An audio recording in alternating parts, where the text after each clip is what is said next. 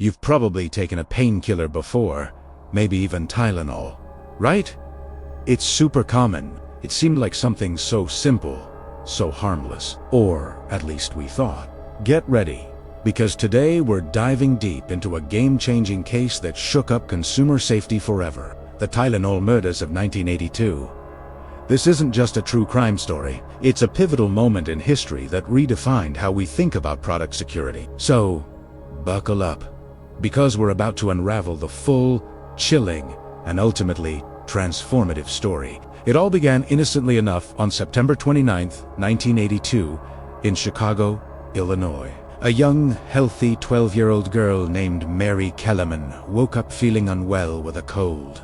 Her parents gave her a Tylenol capsule to ease her symptoms and help her feel better. It's just so heartbreaking.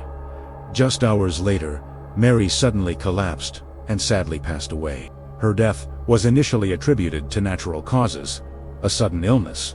But this was just the terrifying beginning. Later that same day, in Arlington Heights, 27-year-old Adam Janus also collapsed and died after taking Tylenol for chest pains. What's even more heartbreaking is that Adam's brother, Stanley, and his wife, Teresa, came to mourn Adam's passing.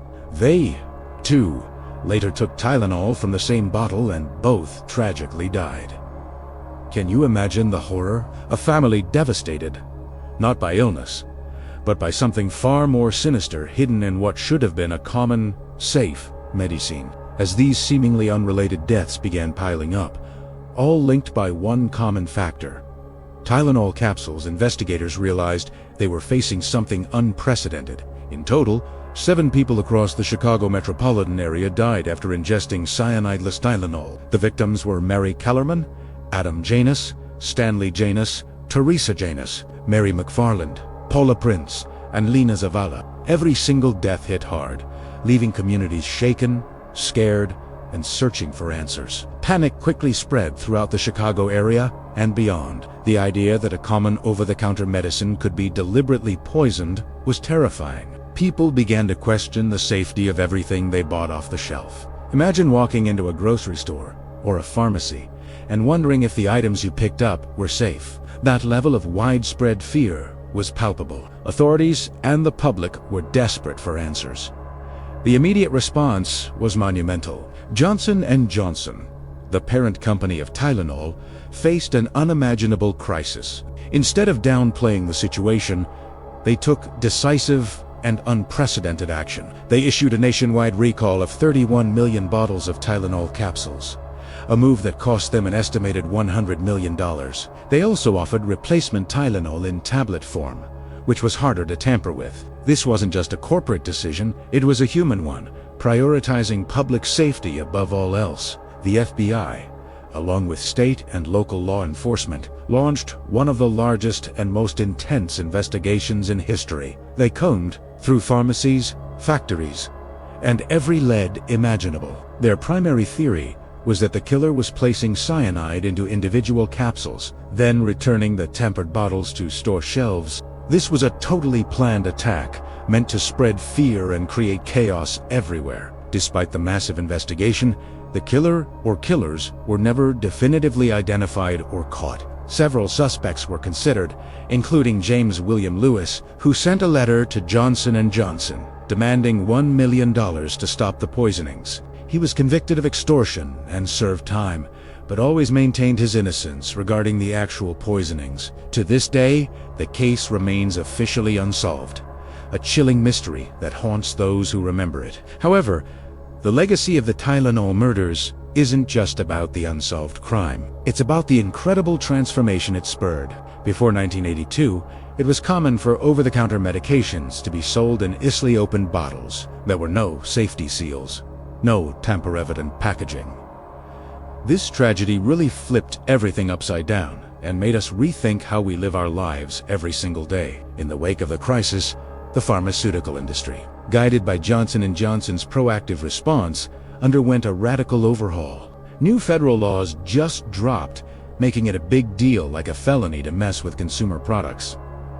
And guess what? Tamper-evident packaging is now the go-to standard.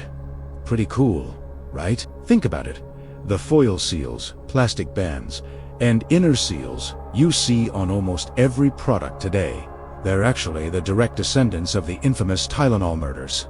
Can you believe that?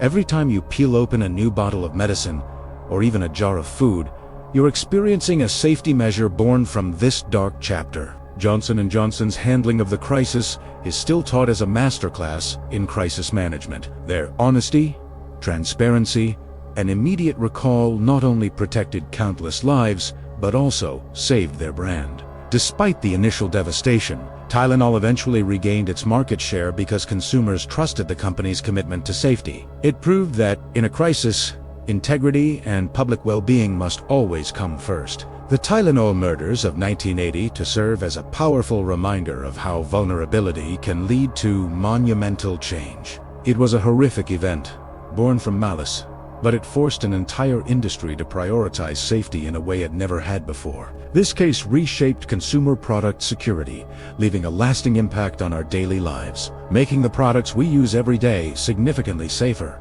So, while the identity of the Tylenol killer remains a mystery, their actions, however heinous, inadvertently sparked a revolution in consumer protection. It's a somber but important part of our history, reminding us of the vigilance required to keep us all safe.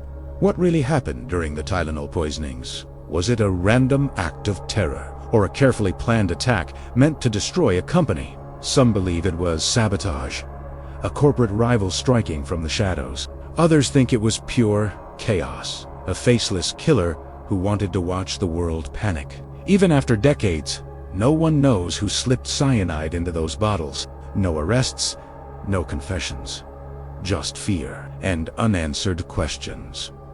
The Tylenol murders remain one of America's darkest unsolved crimes. Thank you so much for watching and being a part of this deep dive.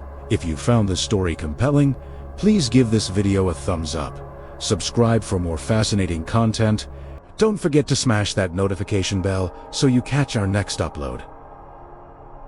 You won't want to miss it.